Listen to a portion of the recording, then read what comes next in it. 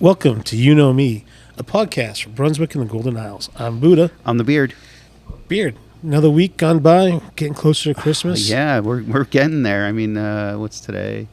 We got, 2.5 weeks, I think, till Christmas? Yep. And everyone's probably getting ready, shopping for everyone. And last-minute gifts are going to start happening here pretty soon. And what better place than small businesses in downtown Brunswick to go shopping at? One of my favorite gifts are stuff made by hand. Yeah. And we were in the perfect place for it. We're makers, and we're speaking with Kathy.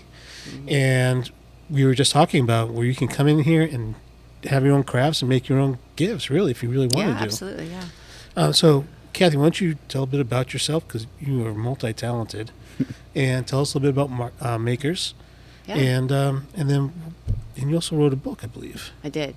Let me start with telling you about makers. Yes, definitely. Yeah. So it's funny we've just been open just over a year now, but there's still so many people that don't know we're here. Even though the community's been super supportive, we were in, there's been an article in the paper, an article in the Golden Isles magazine, the beautiful article that they did, and then a couple other things. But still, I really appreciate the fact that you guys do this podcast because you let people know what's here, otherwise we wouldn't know. But basically, makers, we care about the global artist, the local artist, and the artist within. That's our, so globally, we work with maker groups in a few different countries, primarily Haiti, the strongest. And then we also work with a group of women in South Africa, in Cape Town, who are rebuilding their lives after being trafficked. They're just incredible women. So we try to carry as much of their products as we can. And then we have a connection in Oaxaca, Mexico with some weavers. We carry some of their product. And then India, we carry some really gorgeous aprons from India. And I think that's all we have right now in the shop. Wow. And then local, we really are excited about the 22 local artists that we carry too. Wow. And that's like, if you really want to, buy a gift for someone that, really meaningful from your own hometown, this is a great place to come. I guess there's some great jewelry makers, candle makers, potters, printmaking, all kinds of good stuff. Wow. Yeah. And then the artist within, so we're an art cafe, which has kind of been a hard concept to get across because it's so different, They'd be like, what now? And then we have the tables, so people come in thinking they're going to get food, and they're really disappointed when it's like, I can serve you some art, but we don't have any hamburgers. But anyway, we have a menu on the table, and it has about a dozen to 15 different art offerings. And so basically you can walk in anytime. You don't have to have a reservation. Bring your mom or your kids or your girlfriends or your guy friends and just order right off the menu. And we bring you boxes.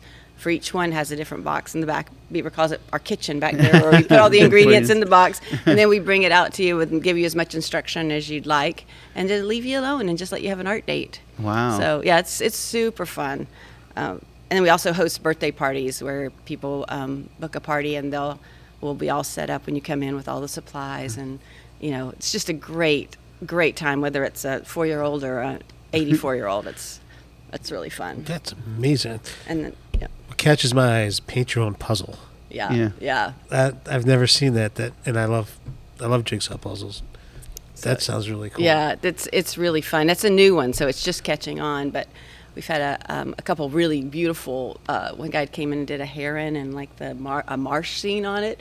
And I was thinking more like children in handprints, but he took it to a whole new level. Other level. Yeah. So do you get like a blank puzzle sheet and then you paint it? Mm-hmm. And it's really just a child's cardboard puzzle. It's Okay. not a real fancy puzzle. But if these really took off, we could probably go there. It's just a cardboard puzzle, and you paint whatever you want on it. For some people, they just give me the paints and leave me alone. I know what I want to do. Other people, we have to, we show them stencils and some other ideas because it's a little scary. Yeah, I would be like, I don't know what. All I know how to draw is stick figures. Yeah, so you just do elaborate stick figure scene on there. It's tricky just trying to gauge how much help people want. I try to be there. We, all of us that work here try to be there in case they look stumped, but then also just we don't want to mess with your art. You do your art, right. You do it your way. but people also are pretty good about signaling when they need help. Yeah. And all art is beautiful no matter what it is. It's true. It's true. It's all something from inside coming Right, out. yeah, so. and it's your inspiration, even whatever it's stick figures, it's still your artwork. Yeah, we just want everybody to go away with something they feel happy about. Yeah. Even if it's like a first attempt and they know, oh wow, I would do it differently next time. That's fine. I just want we kind of design them so that everybody can find some success where they're not feeling like, oh, that was horrible and frustrating. And because you could if Right. you're being asked to do something you never done, or so we try to design them that way. And there's marble art. Marble art, okay, that's a real fun one. It was been probably the most popular throughout last year. But you get a jar with 3 to 5 marbles rolling around in some black paint, and then paper, and then we give you a frame. And so you take a spoon, you spoon the marbles onto your paper, and it's got a frame around it, and then you just take it and you can turn the paper around, make the marbles kind of do their own thing, and then you plop the marbles off and dry it with a little heat dryer, and then paint your design. That's so cool. Yeah. It's fun. That's interesting. Yeah, it's. I have a son-in-law who's data-driven, like you, does the kind of work you do. And last Christmas he came and he just did 3 of those while he was here because it was like such a fun other side of his brain, Yeah. to use. So. It's just a random thing. It's just, how are you going to get those things to roll? And then you have that design that's just, and then, that's it. really cool. Yeah, that's something that I would try. It's super. I wish you do that first before Right, the right. interview, and then you would have been like, "Oh, Like, oh my I gosh." get it now." Yeah. You could be doing it as we're doing the podcast, but then Yes. I'd be like, "Shh, don't talk to me." I'm painting." I know. I'd be so I'd be like, I don't know where I'm at. I'm doing this. Yeah. So, how did you come up with the whole concept for Makers? Yeah. So, this isn't my first rodeo. So, let me think. I've always done art. I'm a creative soul, more creative than I am talented in terms of art. But it's a constant flow in my brain. Could be a blessing, can be a curse at times. It's like having 30 children all screaming to do what they want to do all day long in your head,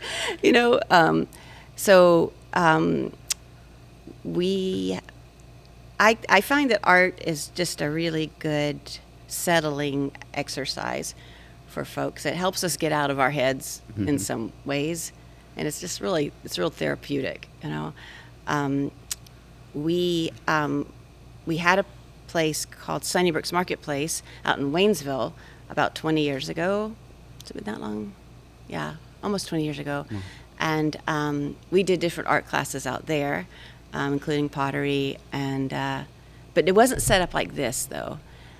And then we moved to the Caribbean and lived in Haiti for 10 years, and we used art to do economic development there, and built a company there. And then when I came back, I found that whenever I was sitting with friends, we always had art supplies on the table. So I basically, this is a stretch, not having my watercolors in my hand right now. Right. I kind of just have to be creating all the time and sitting with friends and doing exercises like this where other people might play board games. Like we had did a vacation with the couple, one of our closest friends, and so after dinner and drinks we all found poetry together instead of played played a board game. So it's just my nature. And people say to me as an artist, it's not so much what you do, MK, it's what you get other people to do that's so amazing. And I'm like, yeah, I know. Yeah, that probably comes from being a mom. So, yeah. And what a beautiful location to do this in. Right? Yes. Man, it's stunning. Yeah. Yeah, this space is a remarkable space. Yeah. And kudos to our landlords, the Jordans, who designed all this, or who, redesigned it and made it what it is. Yeah, because I think I remember it was a little run down prior, I think, to them buying the building. Yeah. Yes, it was a project, Warehouse to Home or something like that. Yes, that's right. And I was following the progress online. And we actually got to meet a few times. I've delivered a few cheesecakes here. Right, yeah. And then he opened. Then where your shop is now was the furniture. Yeah, furniture. But I always loved it. It's just he did such a great job with it. Yeah, it's special. People say, "Oh, how long did it take you to remodel this?" I'm like, "We walked in, it was like this, like." Just really gorgeous. We did open up the back so that now the back is where we do classes, and the pottery studio is back there. And then having use of this courtyard too is pretty precious. This is a beautiful courtyard. It's really. Last night there was people huddled around the fire pit over here, and then people just drinking hot chocolate underneath the little heaters. And then we have the kiln out here, which is nice. We don't have to have it inside. And then we actually rent and live in the flat here. Wow. In the back, and then the front half of that we rent out for event space too. Oh, okay. I didn't know I'll have that. to show you guys. It's stunning. Like, it's just a beautiful space. So it's great for. We've done baby showers there, corporate parties, birthday parties, different, events. It's really beautiful. I'll take you in there to show you. And so I see you got a calendar of events there. So you do events or different classes. Yeah, we do classes throughout the month, and all this is online on our website.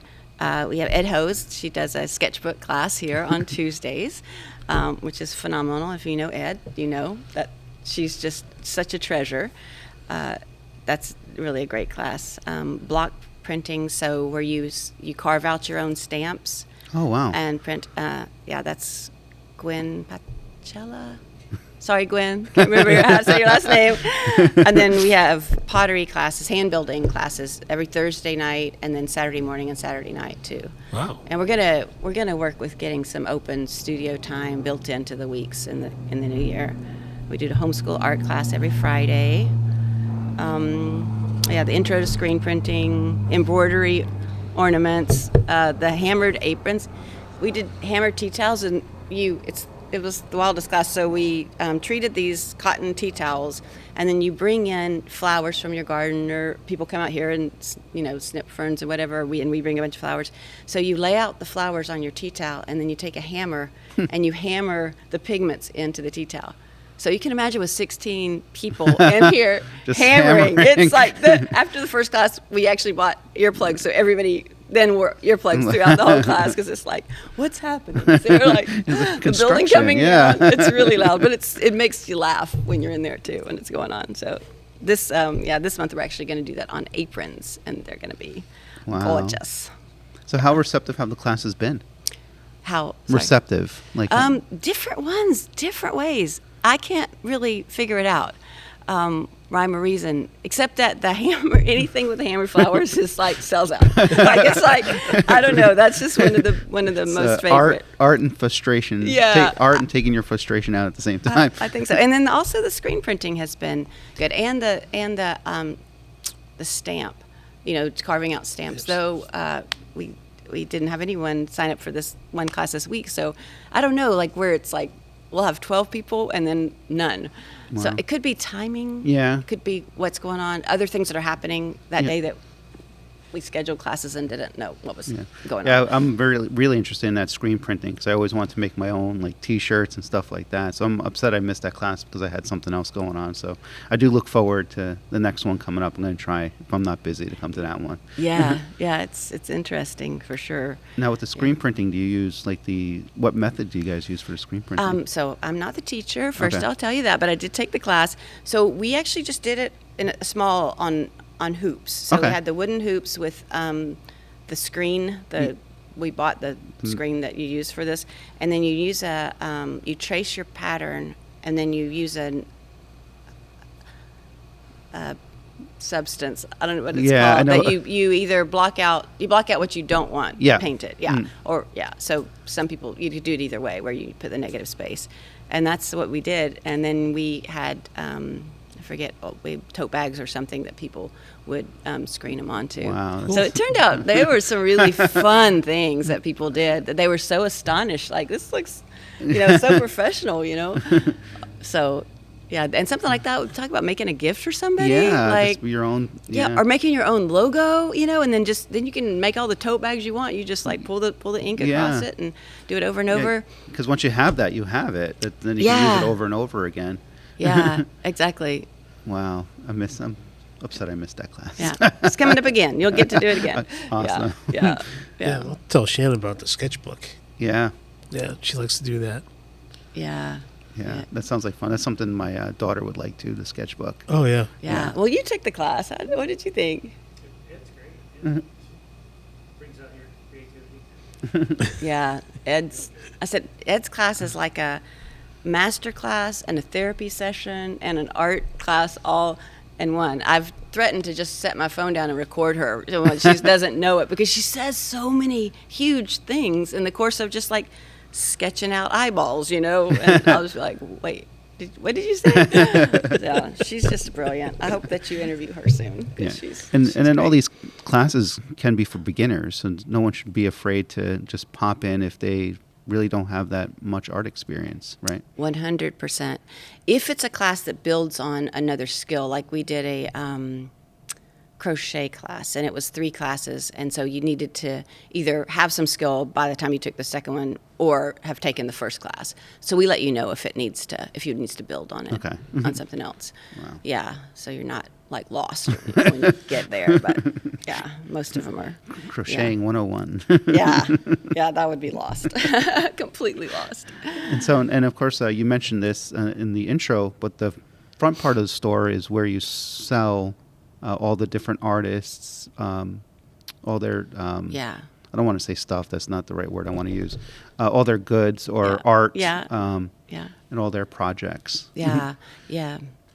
Yeah, we have some really well-known and beloved artists like Alison Tucker, who's been painting the Golden Isles for 30 years now, I guess. Wow. Yeah, she's her beachscapes, and she does a lot of the historic buildings around too, on here and on St. Simon's and Jekyll. But she's really wonderful. So she does some small, like $75, like tabletop paintings, and then we have her larger paintings too.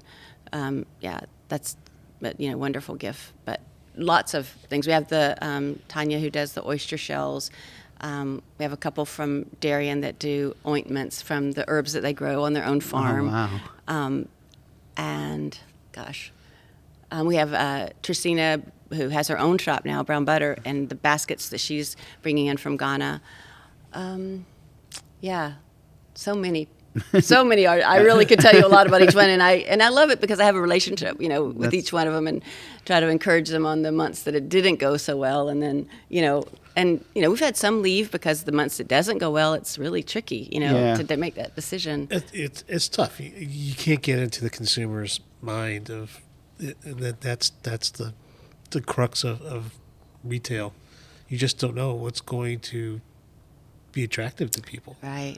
Yeah. I think that, and the thing that I want to really, and I try to tell every customer that, is the impact of their purchases here, or any small business. Yes. Like that $80 is not going to mean a lot to Target, but it means a whole lot to this house, and to the artists that are making the goods, and even just to keep us here, to get the rent paid and the lights on. Yeah. So I think that's the beauty of, like you said, or when we started, like the beauty of shopping small. Yeah. You can get a lot of bang for your buck, a lot more than what you think you're getting. Yeah, Because you're creating the community that you want to live in. Yeah, by having exactly. stores like this and other ones here. Because if you don't shop in them, you don't have them here when you want to bring your friends around your gorgeous little town. And Right, like, oh wait, the shops aren't here anymore. Yeah, or and it's tricky. The sight of empty storefronts is so sad. The place I grew up in Long Island, even finally they're starting to come back up, just like Brunswick has. But like you would walk around, and there's nothing, like empty storefronts, and it's so sad. And Yeah. and the way that Brunswick is moving forward, it's incredible and amazing. Yeah. So I love seeing all these small businesses popping up. Yeah, I think a lot about Susan Bates and Tipsy's and how she took such a risk when she opened that place, and how it's been it's like a cornerstone really of downtown. And how you think one person making a leap like that, and the trickle effect of it, and the brewery, and so many others, Fox's Pizza, that have been here for a longer time and held their ground. Oh, yeah. Which none of us would exist if they hadn't, That's true. Yeah. Or even like last night, we were, this is Saturday morning. Last night was First Friday. And even it was cold last night, and there was a good amount of people walking around for a cold December Friday night. And that was really amazing to see. Yeah, that's been a huge change, right? That's been when they started that. I remember it was like the very first one was maybe 500 people. Like, seriously, it was like, oh boy. But then the next time there's more and more, and now it's to the point where you've got live bands playing on all the squares. More and more food trucks are showing up.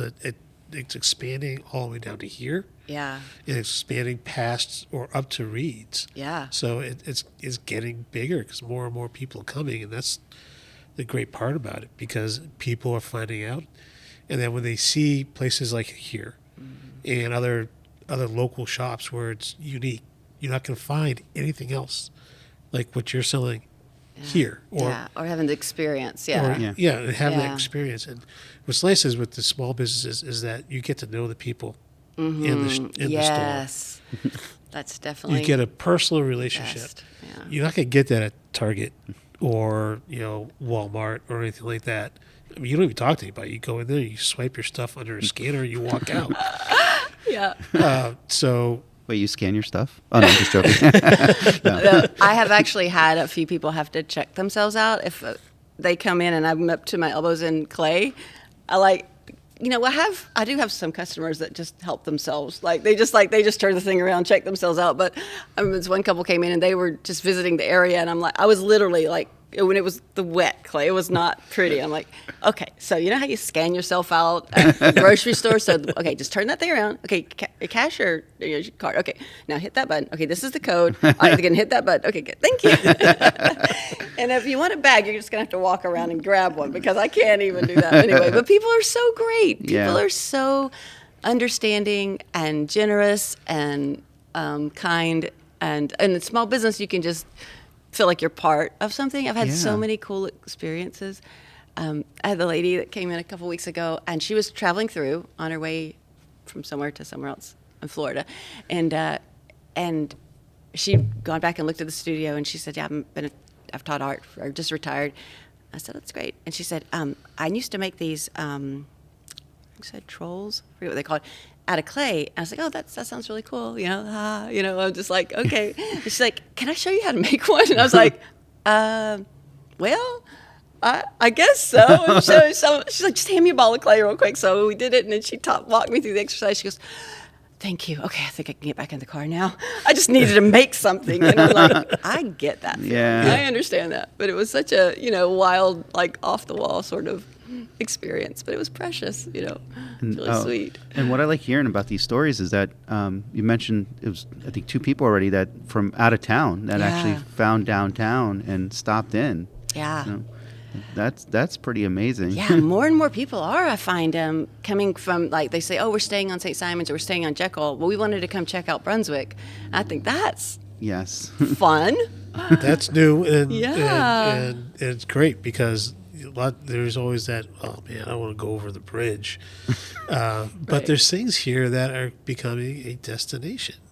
Yeah. And once you have a few places like Tipsy's or Silver Bluff, or and then it's so 1509. inviting because you want to walk around. The way the street downtown in Newcastle is set up is it makes you want to just grab a beer and walk up and down the street and look at all the stores, because there's more and more and more stores. And we always like doing that. Yeah. And so if we like doing it, I know there's a bunch of other people that like doing it. And then you find this place, like, "Oh my God, how cool is this?" And then, we'll grab at this and be like, "Oh, look, you can do sketch art on Tuesday nights." You don't have nothing planned on Tuesday nights. Yeah. Just come Actually, on it's down. Tuesday afternoon. But Tuesday afternoon. Even if better. we had enough people, we would do a nighttime class too. But yeah. That's even better for Shannon, because she's Yeah. got nothing to do in the afternoons on Tuesday. So, Yeah. sorry, Ed, Shannon. Yeah, Ed's happy to teach more. We can work it out in our schedule, but yeah, it's true. Getting more people in, and then the first Friday, we always try to have something either free or really low cost on the tables. that people can come in with their kids and do. You know, we've done all kinds of different things, from making cardboard fans that were really cute, you know, said I'm a fan, or yeah, I'm hot, you know, and then you do art on them. You know, we have all the art supplies out. To a couple months ago, we painted on leaves. And I just brought a bunch of leaves on the table because I'd just done it with all my grandkids. And I was like, this is going to be so much fun. So, yeah, and people just made the most exquisite design on the back of leaves, you know. And the ones that left them here, we made well, actually, it's hanging over there. It's hanging in that window. You can see it from here, but it was in the front window. And then last night, we had these little wooden ornaments.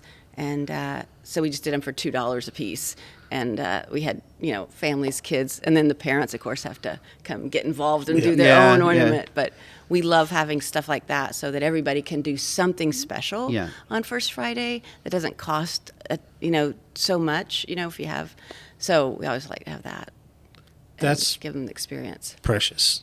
Yeah. When my kids were little, Home Depot, once a month on a Saturday morning, would have like a kids project day. Yes. And because their mom worked nights, so she'd be sleeping on Saturday day. So I would take them down there on that particular Saturday. And it could be a small train set that they have to put it all together. Little hammer, little nails, everything. And I've got the 3 kids, so I'm kind of like over here Herding them in. trying to help all of them at the same time. I think one time there was like a coin sorter, piggy bank type of thing, and they had all kinds of little things, all wood, but it was packed. You had to get there early. So what you're doing on First Friday is awesome, because having that kind of experience again was one of those memories that people always will have, because it's just a great time to do.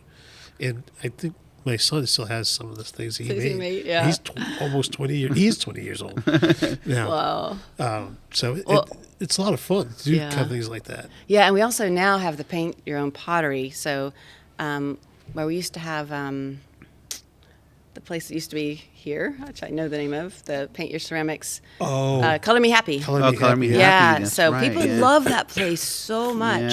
It was, you know, such a great success. I don't know if it was COVID that probably closed it down. But anyway, we have that here now, ceramics, so people can come in anytime and paint. And so many people have memories, like you said, from things that they made when they were 7 with their mom or their dad, and their parents still pull it out every Thanksgiving or every Christmas because becomes a keepsake. Yeah. So we have every Friday night we have a paint and sip, or sip and paint or sip and make. Something every Friday night. So it's whatever the experience is, it comes with a beverage or choice. And we did Thanksgiving plates 3 weeks ago, and people just kept coming and kept coming. So we had to use all those tables, and we used all the tables in the back. I'm like, where did everybody come from? You know. So we're going to do a Christmas plate on the 13th, where people can come in and paint that scene. And it was all adults too. So. That's awesome. We still want to play, right? I was like, why do kindergartners have all the fun? Right. I think adults should play. I think especially that the sip and paint or sip and make, I think that is an amazing concept, that you get either a bottle of wine or, you know, whatever, beer, whatever you drink. And you just sit there, relax, and you just paint. Yeah, it's so much fun. By far the funniest and funnest class is the Paint Your Partner or Paint Your Person. Have you guys seen those? Oh boy. You have? No? Well, it's really if you search it on Instagram or Google, anyway, it's like there's 1,000 videos out there now of that, but we've done that several times now, where you sit across from your person and you paint oh my goodness, it's so. We actually did an office party here this week it was all women, and they painted one another, and they just howled.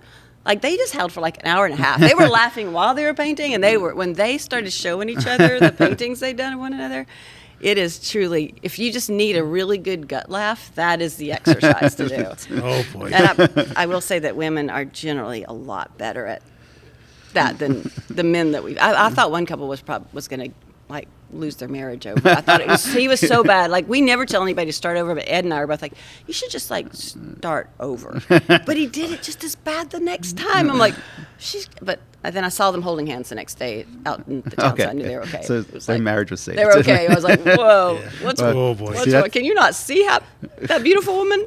Well, Anyway, but it may also be just can't, like, I can't draw. Like, I've tried, and like I just can't do it. you need to come to Ed's class. She'll get Yeah. you drawing. Yeah, for like, sure. Yeah. you know, Yeah. that would be my thing. But like, let's go to this, and I'm like, you sure you really want me to come? Like, You would be so I'd be fun like, to paint, though. That your beard, like you would be easy. Men with like See, I beards don't- and glasses, like they are so easy to paint because they've got all that architecture to work with. You know, women can be a little trickier. Yeah. Anyway, That's why I grew the beard, so it'd be easy. So this easy is to- this place is interactive. I mean, if you really think about it, it's not just a place where you can buy art. It's a place where you can make your own, Yeah, sure. and learn, and learn new skills. Yeah. If you really wanted to, this is quite a dimension. But there's also another part of you. You wrote a book. Did write a book. I did. I wrote a book called Painfully Honest because every time people were pre-reading it for me, they would come away with, wow, that was painfully honest, or wow, you were really honest, you know, and I'm like, yeah, but you know, shouldn't we be on some of these things that really matter? Like, shouldn't we be honest about this? Because, so the book is about basically helping in the world, and it's trying to realize that a lot of times our great intentions are not having great consequences for the people that we think we're helping. And it's wonderful that we all want to rush in and help. I mean, that's a beautiful part of our humanity, Right. you know, that we even care, that we have compassion, whether it's our next door neighbor or, you know, someone a country away. And we really need to think through what we're doing. It's not just about us. It's not about us feeling great about our intentions or what we've done. We really need to think about how is it impacting and how would we like people to help us if we were in that same situation. right. And if we just stop and do that and really think it through, we'll do things better. We'll do things differently. But I think a lot of times we go in with another organization, and we just assume that they know what they're doing. And again, best of intentions. But having moved to Haiti and lived in Haiti and became part of that community, we really experienced a lot of things more from the Haitian side than from the American coming side, and so it started looking a lot different. Wow. That makes sense. So tell us some more about what you did while you were in Haiti. Yeah. So my first trip to Haiti was in 2004, and I went with a few girlfriends because my husband had gone, my husband and one of our sons had gone on a mission trip and had been deeply impacted. And so I thought, okay, it's time for me to go. So a few months later, so I went with some girlfriends, and we'd always worked with people kind of on the edges of society. We lived in Canada, Western Canada, off the Vancouver Island for 10 years, and had a lot of interaction with unhoused people and people that were caught in a lot of dark places, and so caught in prostitution and all different things. So we were very familiar with folks, and even here in Brunswick too. But I had a feeling that Haiti would wreck me.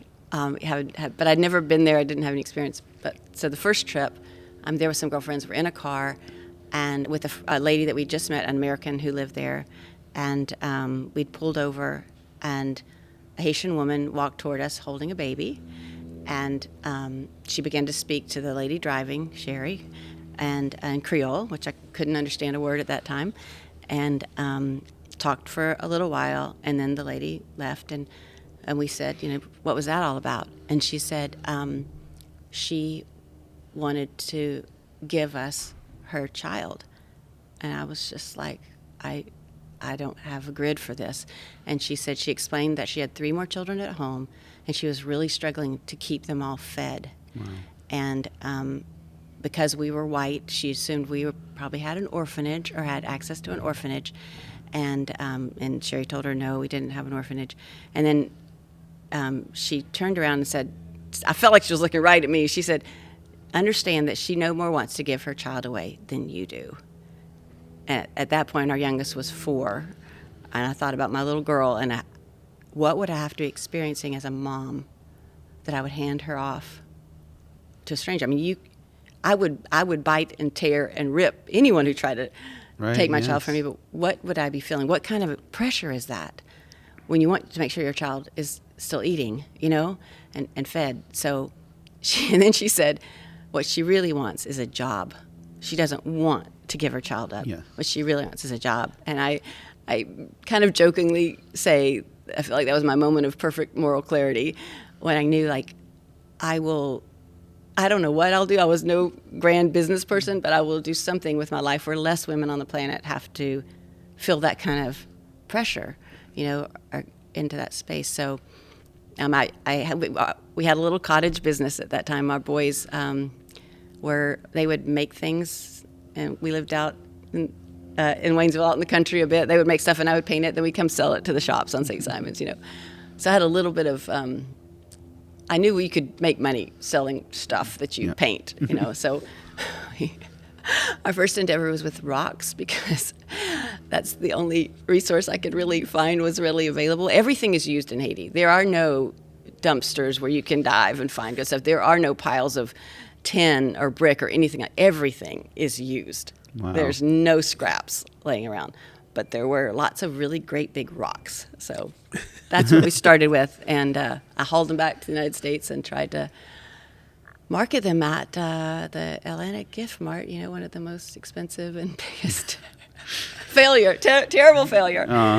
And that began the quest. And then we did it again and got a little bit better at it. And so that kind of went on back and forth for a few years. And then in 2011, my husband and I and our daughter, who was then 12, moved to Haiti full time. Our boys were older and had left the house and were in school. But so we moved to the city of Gonaïves, which is about 3 hours north of Port-au-Prince.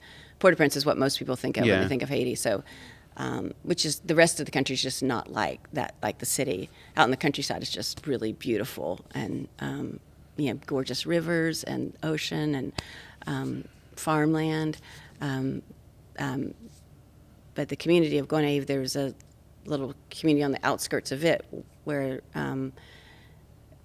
along the coast where it's all salt flats. And so nothing grows there because it's salt, and that's the community that worked at Salsa where the city dumps all the garbage. So that was the community that we were pulled into and began working and trying to figure out what could people make here that could become a skill and a business for them. Yeah. So, that was early on in 2010, 2011. And then a couple years into it, I realized, I think I'm going to have to build a company because these women can make these cool angels or bracelets, there's really not a lot of economic capacity here in the country to purchase them. Except for when Americans would come on mission trips, and then we would set up a little market, and the girls would sell, their pieces. So the missionary model is we pack our suitcases full of stuff that they need, and we bring it over, right? That's what we do. Yep. And that's, out of our huge hearts and kindness, because we, want to so much. But without realizing it, sometimes we can actually put local businesses out of business. If you flood the market with free sandals, the guy, Benson, my friend, who makes leather sandals, Right. and who has invested a lot of money and time and energy into all the supplies and tools for that, we can actually put out of business someone who's actually giving jobs to other people. So there's a lot of unintended consequences in what we do because we imagine that all we see is all there is. We're like, we go down, there's kids that are barefoot. Okay, so we need to bring shoes, versus paying a local shoemaker to make shoes for the children. Yeah. But we can't imagine it because we just don't know. There's so many things we just don't know. So we really tried to do things differently. And I remember when I told the ladies, when I first started working, and I didn't know any Creole when we first started, and I had to learn the language and all that, and a lot of funny and sad and hilarious and terrible stories. But I remember telling them that there was going to come a day when Americans weren't bringing them suitcases of stuff, but Americans were coming to buy the product of their hands and put that in their suitcase and take it home. They laughed and laughed and laughed and laughed and told me I was a liar, that I didn't know what I was talking about. That was never going to happen. And then when it started happening, they were just astonished, and it really changed their whole sense of self. The area called Jubilee Blanc, where we're working, they were known as the poor, the pauvre. And I mean, I can remember more than one situation where we'd go to a restaurant to get some lunch or something, and the waiter or the owner would say, "Why did you bring that person of poverty in here? He can't eat here, or she can't eat here." Wow. Yeah, I guess it's a really strong signal over people in that community. But years later, I was going through town, and instead of being called, "Oh, those are the women from poverty," they were like, "Oh, those are the artisans of Jubilee." They had a whole different, branding on themselves, Wow. and they carried themselves differently. And for me, the most important thing too is their daughters. Their daughters are now watching their mothers in a different way. Yeah. That's whose eyes I was most concerned about, because in desperate situations, women will do whatever it takes to keep their family fed. And I mean, whatever it takes. And so being one other possibility for a very small group of people, really, it was what was really important, in the long run, Yeah. Wow. So that's a little bit we did other things. My husband developed this whole leadership program that has now graduated, I don't know, like 5,000 students. That's really life-changing, called ProLead. They have a waiting list to get in that class. It's now a whole owned and operated now completely by the Haitian leaders there. Wow. And then we also took a building, an old warehouse that had been a factory, match factory, and we renovated it, put a second floor in, and made it into a center for economic growth, and rented it out to small businesses and all that, so that people would have a safe place to come and shop, and then also grow their businesses. So we had a lot of entrepreneur classes that went on there too. Wow. So that was the whole gist of it was to not become a crutch, or not to become something that keeps people from reaching their capacity, because you can do that with help. You can actually stymie people from what they would naturally do, but instead of that, we wanted to create a road that people could walk on themselves with their own capacity. So it would be there long after we're gone, because they're set up now to run their businesses, to do the different things, and wouldn't be hoping that our helping wasn't hurting, Right. Yeah. Wow. That's amazing. That's really good. That's just, I've never thought of it that way. That's the biggest thing for me. Yeah. You think, well, we've got Haiti or Puerto Rico or Africa. So what we do, we send them clothes, shoes, socks, water. And I never thought of it. It's like, well, wait a minute, there could be people over there trying to make their shoes for these people. Now we're giving them. I never thought about that. But it does sound better. It's like that. You could give him a fish, or you could teach him to fish, and he could eat forever, type of thing. So, whereas you kind of teaching these people to build up their life and able to sustain a life moving forward, and giving them a future, and not just like a Band-Aid. Really, when you think about it. No, and it's the same way we would want for ourselves. I wrote it. Yeah. One of the essays in the book is about if we had experienced a flood, earthquake, tsunami, whatever, and been wiped out, and the people in Japan had heard about it, and with compassion they came in their Hummers, and they came in their nice big cars, and they rented the nicest houses, and wanted to help us. So they began to just import all the things that we used to do. Right. And then they took our kids in and put them in these fancy schools and dressed them in nice clothing and gave them nice soccer balls and all that. So the kids actually began to look at the foreigners as the good guys. And you can warp a whole generation that way, versus we would want them to talk to us as the parents, as the adults, and ask us, how can we help you reset your business? Well, if you really want to help us, how can we invest in, So we need to do unto others as we would want it done to us. Yeah. Wow. Yeah. It's a lot to think about. It is. It's a interesting take on it, because every time you see something of a disaster relief, and I'm doing such a good thing, I'm buying a whole bunch of 20 pairs of socks and 8 cases of water, and I can go home and feel good about myself. But really, is that what they need, or is it other? Well, we'll say that disaster relief is different than like the kind of when you move an organization into a community. Disaster relief, you do come with water. You do come with whatever it is to keep people alive, medical help, whatever you do. You do what people need to survive, which is what you would want done for you, right? Yeah, but long term, I'm talking about long term, we can really cripple a culture, an economy, if we're just not, but people are thinking much smarter now. When you go out and you really talk to NGOs that are working around the globe, there's none of that crap happening anymore. If you do that kind of crap, you are taught right away. You are brought to point. It's hard not to do it, but I remember talking to a lady in the airport one day. She's like, and I just met this pastor, and we're going to open this orphanage. I just got to raise some money. I'm like, you do know it's illegal to open any more orphanages in Haiti? Did you know that? Did you know that, lady? Like, do you know how many orphanages there are in this country, and how many of those children have parents or family members that could care for them? You know, could you think about maybe investing in some sort of business for those parents so that they get to keep their kids? But it's easy to raise money for orphanages. Like, that's an easy sell. It's a lot harder to raise money for something as unsexy as, I'm going to help this lady start a water business, or I want to help this guy, you know, get some tools or whatever. So, yeah. So there's a difference between disaster relief and ongoing help. Yeah, in my opinion. Yeah. Interesting. Very interesting. Yeah, amazing. Yeah, we almost had a little bit of a scare out in California with this tsunami warning. Yeah. And that's what made me thought about disaster relief. My middle daughter lives in San Francisco, so she called me. Oh, my. She's like, what do you know about tsunamis? I'm like, well, why are you asking?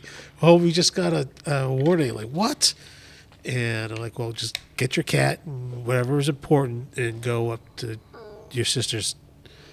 And then as we were talking, she said, oh, it's over. Don't worry about it. I'm like, that really stirs your heart up. Well, Get your heart's like, racing, doesn't it? I'm like, well, they live in the Presidio, which was that naval base that was in San Francisco, has been closed, and all the barracks have been renovated into apartments and things like that. Oh, very So she cool. lives there. Okay. And so I'm thinking Presidio, 'cause that's literally on granite. It's one of the most solid places in San Francisco. That's the place I want to be if there's an earthquake. Okay. And I'm like, oh, well, you're in the Presidio. You're up high. You're overlooking. It's like, no, Dad. I'm down here I'm like 2 minutes from the beach. Oy. And she puts me on FaceTime. So She's scary. like, walk over to the beach. I'm like, why are you walking over to the beach? Dude, there's a tsunami. Get away from there.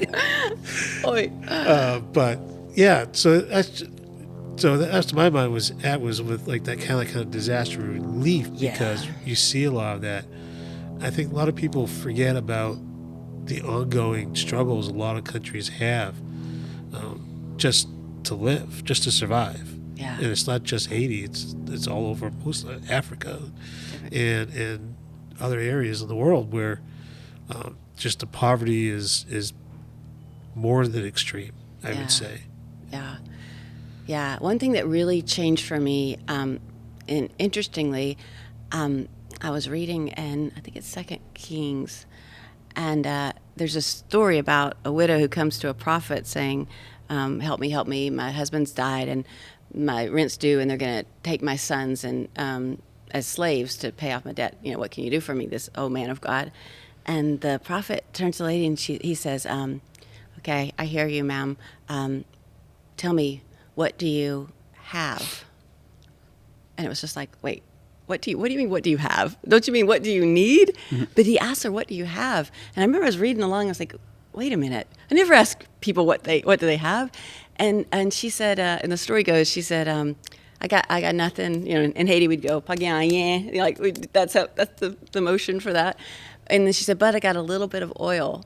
And he said, all right, go to your neighbors, get all the empty containers you can find, and take them back into your house with your sons. So the family stays together, and begin to pour the oil. And this oil, as the story goes, just multiplied until every container was full. And she then goes out and sells the oil and pays off her debt. She starts a small business, hires a bunch of other women, and sends their kids to university. I made all that part up. But, but anyway, just reading that story, it was like, that's something we don't often do, is ask people. So I just began to change the question. You know, when someone came to me with a need, I'd say, okay, what do you have? Yeah. And, you know, it might be, I've got these little seashells, and I'd be like, well, you know what? Madam Cicely can help you turn those into earrings. Why don't you go see what she can do with it and then come back to me? Not because I didn't want to be, Yeah. money, give it out, but because it changes the equation from I'm needy and you are the money bags to, okay, I've got something and you've got something. Yeah.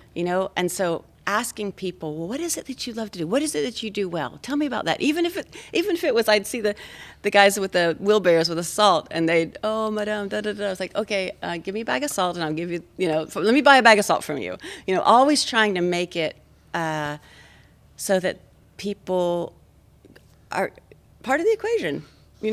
There's a sense of community there. There's a sense of identity there, and that changing the question is huge. So, like going into any country, if you want the country to survive and thrive, or any neighborhood here, I'm always looking at what could this neighborhood, what could those kids do, what can those adults, I bet they could do something really cool. What if we started a clothing line using this? What if we did that? Because I think people have so much to give, and that's the real sense of poverty, is when you feel like nobody values anything that you have. Right. Nobody values anything you bring to the table, your voice or your capacity. That's real poverty, and I think we can reverse that just in our everyday lives. Yeah. Definitely. Yeah. It gives a person some self-worth. Yeah. And I think that's more valuable than any kind of money. Yeah. I think you're right. Too. And that's where I can see it comes back to art. Yeah. I always think in terms of art. Yeah. There's art in everything you do, kid. There is everything. Yeah. There is art in everything you do. I tried, making like little necklaces, and just because I thought it was fun, and try selling them, and I did sell a few, and people loved them. Very cool. I got to see these necklaces now. Yeah. I haven't made any in a while, but you're inspiring me to start doing them again. That's great. Yeah. So just hearing all these stories, you're like, what do you have? And like, well, yeah, I have all this stuff, and I'm like, I should start making necklaces again. Yeah. Yeah. That's how businesses started. Yeah. You go back, to biblical times before. It was, what did you make? And I made this, you made this. I need that, you need this. It was all about the artistic value of what they were doing, even if they were making tools or they're buying these seashells and making necklaces with them. That became the currency, and it was all based on art and just capacity. People finding something that they can do. Yeah. And I think a lot of people have lost the fact that everyone has something that they Yes. can do. Yes. Everyone does. Yeah. And there's no, and I think we see people with great talent, like professional athletes, Michael Jordan and Larry Bird. I'm dating myself. I'm following you. And people say, well, I can't shoot a basketball better than that. I can't do anything. But, you can do something. Yeah. There's something that you can do. So everyone has something. Yeah, and I think our not just our community, our world is better when we understand that and we actually keep our eyes open for that. It gets not, I almost want to say not safe. It gets not safe, not stable when the same majority voices and the same majority talents always have the stage and always have the attention. The world's going to be better off if we are actually looking for what other people have to bring to the table. Right. It's going to be better for everyone. And it just makes, every voice is needed. Mm-hmm. And I really mean that. Like from every little kid you see rolling a stick, down the alley, like I think every person has something in them to bring to the table. And those of us that have a seat at the table right now will be really smart to be watching for those voices and bringing them to the table, because there's so much that we don't know, so much we don't know that we don't know. Right. So much right. we can't see from where we're seated that other people can see, and we need that vision. Yeah. You know, we need to know those things. So I love that you said that. Yeah. Yeah. Just like you with your cheesecakes, right? Yeah, I mean, that was just something that came out. I love to cook. It's not just the cheesecakes. It's being able to cook. The story behind the cheesecake is short.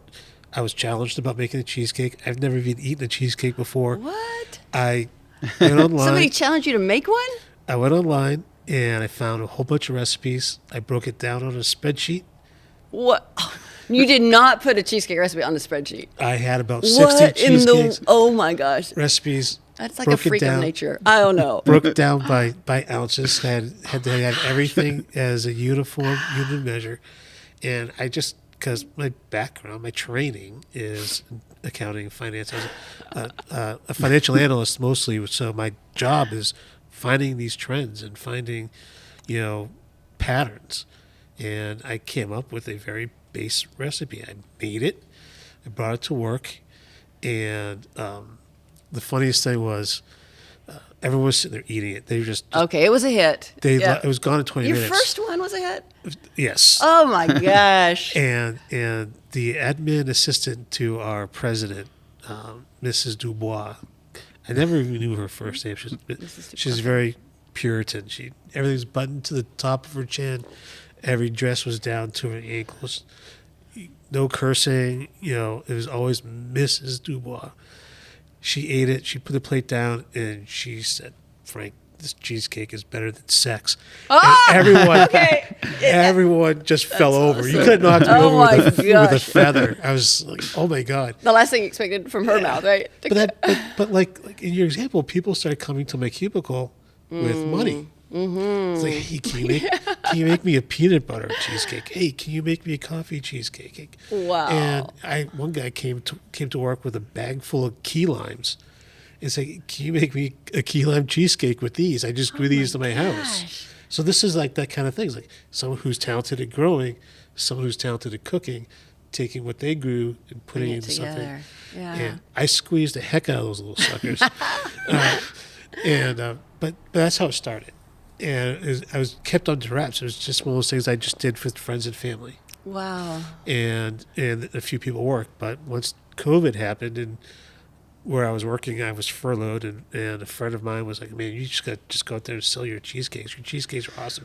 This is $1 million business." Seems like most people go to school to learn how to make cheesecakes. You went and made spreadsheets. Yes. That's just So maybe crazy to me. So maybe that's my talent. That's crazy to me. Spreadsheets. Jeez. But for me, the cooking is my talent, I think. Yeah. It's because I love to do it. It relaxes me, kind of like how art relaxes Yeah. you. I could spend all day cooking. If we had 15 people coming over for dinner, I would have it all planned out. And Wow. my wife, "What do you need me to do?" Like, "Just sit down. I got it." Nice. And I would cook, and I would drive my mom and my aunt crazy because they would come over, and I would make like a big roast and this and that, and they'd sit down and eat it. My aunt looked to my mom. She's like, "Frankie's such a jerk," and she's like, "How can you make this in like 20 minutes? And it takes me all day to make this." And I'm like, I just do. But yeah, there's a talent. My dad is awesome at growing things. He, in a past life, must have been a very successful farmer because he could grow, and people would come to him with plants like, "Can you fix this plant? It's dying." Oh, wow. And he would. He couldn't wait till we were old enough to get out of the swing set so he could knock that down and expand He's the the garden. But so that's his talent. He was growing. That's cool. That's amazing. So everyone's got something. Yeah, they do. Everyone has something, whether it's making necklaces or tying knots. Yeah, it's just so many things. I love to. People say I've been described as a gold digger, so I just love to sit with people and just keep asking, figuring out like, "Oh, that's your. Oh, okay, I see it. There it is. There it is. Say more about that." Because everybody's got something. Really, yeah, is undeveloped or is developed, but everybody's got something to bring to the table. That's precious. I know we had these four little boys that came in the other late even like late afternoon, like 5 o'clock. It was just starting to get dark, and on their bikes, and they were just came tearing through here. What is this place? What do you do? Can we do our? What do we got to do? They were just like wild. I'm like, all right, let's talk. And so I practically begged them to come back, and I'm thinking, okay, what am I going to have them do when they come back? I'm like, I'm going to get them drawing. I'm going to get some pencils. I'm going to set them up because I want to see, what they've got, what they're going to bring to the table. These little 10-year-olds, because I know they got something really special in there, and it's exciting. I just really hope they come back. When they left, I'm like, you guys are coming back, right? Just because I didn't give you a bunch of stuff. You're not going to be like, oh, that lady's mean. You got to come back because come back. I kind of know how to do this, Yeah. some experience in this Yeah. sort of thing. So That's funny. I think for stuff like this for the kids is great. It's hard for them to do these things anymore. Well, yeah, and I think too for parents. I mean, my heart really goes out to the moms that just are so. Even though they have bought the art supplies and they want to do it, but there's never a time when there isn't something else that needs to be done. There's always another load of laundry. There's always homework. There's always stuff that's got to be done. And so when I see moms come in and take time for themselves and just sit and do, I get really excited. I'm like, sacred moments, just it's like a glass of wine with that,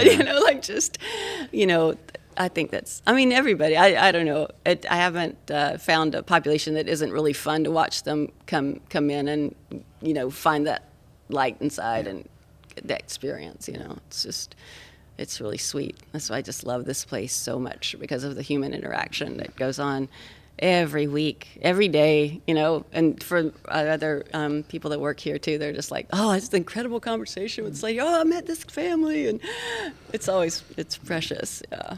It's funny because, Brunswick's been around for a long time, but it seems like it's just maturing now in terms of being discovered and people coming here. Yeah. It was like pass through town to get to St. Simon's and Jekyll. So true. At some point, this was kind of a spot, but it faded, and now there's a resurgence. It's coming back, Renaissance, and it's a renaissance of Brunswick, really, and it's great because we have things like this and the wine shop and the brewery. And there's a 1509. We have a rooftop restaurant now. We are really something. All the places we want to take our friends. A speakeasy. If you want to go to that. And it's all in one street, and that's great. And then you go over a couple of blocks and you go down Union Street, which I love to do because if I'd like buy all these old Victorians and fix them all up because it's like, oh my God, they're so awesome. Well, you got Schroeder's, you got Shoglo's, you Schrogo, got Brown Butter. You got a lot of really cool Brown things Butters happening. do. Yeah, there's a lot of really cool. They actually bought a cheesecake from me. Smart. Nice. We was trying to figure out how I can get on your schedule. So I don't know. It might be sound like you're pretty booked up for the holidays, but it's great to see the diversity and culture. Yeah. It's not so one-dimensional. It's a very dynamic town now. Yeah. And when we first moved here 9-10 years ago, this was a ghost town. Newcastle was empty. And we were all kind of like, did we make the right choice moving here? But we had. It took off, and we've really gotten our roots here. And we're doing this podcast, and it's been amazing. Yeah. Because there's some really cool people. Yeah. Very talented people. Yeah, for sure. Are you guys familiar with the Lucas Forum? Yes. Yeah. So I think that's having a big impact too, even though that's only been up and going for like just over 2 years, I guess. But how many people, she said yesterday or the other day that 50% of the people that go through their, I think it was the Dream Idea Camp, the one-day camp, actually go on to start businesses. Yeah. So that's a huge percentage. Yeah. I went through the Accelerate class before we opened this, even though I've been in business for years, but learning business in Brunswick was a whole thing. But it's an amazing course, and I know like several of my people who are in my cohort are now doing business. Yeah. So I think I do think that's a big influencer. Yeah, our last podcast guest, Brad, who owns Trash Talk Roll-Off Dumpsters. For him, he bought the business, and he went through the Lucas Center. and they helped him a lot to purchase that business and get it started for his own. Yeah, and it's free. Yes. It's an 8-week course that you get so much information, and for free. And at the end, you do a pitch night, and you can actually win money for your startup money. Wow. I was actually a judge for the nonprofit class last week. That went through, and we gave away $15,000. Wow. It was really fun. I wish we'd had like $15 million to give, because the people, what they were doing was so amazing. I mean, and it's everything, and I love the respect there, because it's everything from a woman who wants to do a startup where she helps drive people that are unhoused to appointments, and from like just the very start, I think she used her money to buy a computer, because you have a computer, to somebody like at GICA they're starting a new program, and that's a multi-million-dollar program there. Yeah. But it's like, and every person, no matter where they are, is just as celebrated and just as important as the next person. And I think that's pretty magical. Like the little guys, we don't get left out of the room because we're just starting. Like everybody matters, and I think that's something really cool about Brunswick right now. And in this downtown core, you really feel that too. Yeah. Everybody that's coming to the table is magic, and welcomed in and supported, by their businesses. So, yeah, It's like a work of art. Yeah, coming together. Yeah, It's beautiful. It's wonderful. It's great to see it grow, and more and more people are embracing. When I see that, like when they're coming here on First Friday, especially when it's freezing cold, although we didn't make it because it was cold, and I was just tired. It was impressive. I was impressed with it was cold last night, but the amount of people that were walking around, going inside businesses, getting hot cocoa from Vampire Penguin or wherever. I was impressed. Vampire Penguin. Yeah, we didn't even talk about Vampire Penguin. And what a gift to the community. Yeah. Oh my gosh, I love that place. Yeah. And the arts, the theater, and that's so fun to go watch plays, right Yeah. here in our own And town. even down by where the was it the old J.C. Penney or Sears building that just sold? Yeah. I mean, they had vendors set up that were selling their arts, their crafts. So Yeah, the DDA has done. They control it all now, so they let people. They spread things out. They do a lot of. They're really trying to make it where it's an enjoyable experience for everybody. And I know that's really hard, but like they try to get the generators out of the middle of the road and try to make it where everybody has a good experience. But the DDA's worked really hard. In my 1-year experience here, wow, what a difference they've made. Yeah. They really care about this town. Yeah. Really. Yeah, you can definitely tell, especially on First Fridays, and you almost wish that they had like 2 First Fridays just because. Yeah, we love it. Like it's a good night for us. Yeah, First Friday or a third Thursday or something. Yeah, yeah. Yeah, I had a couple of restaurants for a while up in South Carolina. One was in a very residential area, so Wednesday nights was a family night, and nice. it was a large pizza, a family style salad, and a couple pitchers of Coke, and for like $20. Nice. Wow. But I had one on Hilton Head, and that was more resort, and it was down by the beach, so you had all the timeshares and things, and they always flipped on Saturdays. Mm-hmm. So instead of Wednesday, I had farewell Fridays, because the vacation budget's blown. They're going home the next day, so let's get a pizza and a side salad for $20. And we would pack the place I in bet like that was really popular. That was such a great understanding of your customer base that you knew that. You're taking that into account. Like, this is what they're going to need at the end of the week. Let's put this out there and serve them. Yeah. As a dad, when you go on vacation, that last day is like, oh my God. Yeah, sure. I got to dip into the college fund just so we can get home. No room left on these credit cards. Like, it's getting bad. But they understand what people here in Brunswick are looking for and want, and there's still a lot more people that who live in Brunswick that could enjoy the same things that we're enjoying every Friday, every day, or a show at Linda's or the Ritz, or at Island Players, which I've been in like 7 shows there. I was gonna say this is the hardest ones to remember. I know. Showing my age. But yeah, I mean, there's great. There's a lot of culture here. There's art. There's talent. There's just super nice people everywhere Yeah. you go. Yeah, I mean the talent, just with the different artists, the different musicians, even the chefs, like that's a talent yes. on its own. Yeah. And just look at how Guy Fieri has, how many local restaurants has he now showcased on I know. drive-ins? I'm gonna say, Oh, is yeah. it Indigo, is that one of them? Indigo? And now Reed's Apothecary just Oh, put out that fantastic. they're going to be on there. Well, I think it was last night. Diners, Dives, and Drive-ins, Drive-Ins, I think it's something. called. Okay. So yeah, I like that guy. I do. I'm not like a super fan, but man, if he's going to do some stuff, I think he needs to showcase the cheesecake. Seriously. the cheesecake. Let's make a They push give you for a that. little side thing, as on the way to Reed's, we also, I stopped found over at this. Frank's. and- There you go. Now we're making cheesecakes. There you go. And don't forget to stop by Makers to make Come on. some art. Yeah. Some ornaments or something. Yeah, So absolutely. I love the whole idea of Makers, especially your the art cafe menu. That is an amazing idea, great idea. That you could come in, order something off the art cafe menu, and just spend an afternoon just making art, or come in and buy any of the wonderful pieces that are up front. Yeah. And your book, where can it be found? Can it be found anywhere? So it's here, and then also on Second Story Goods. That's the company that we built in Haiti. That's Okay. what it's called, Second Story Goods with a two ND Story Goods. And then it's on Amazon too. Okay. Cool.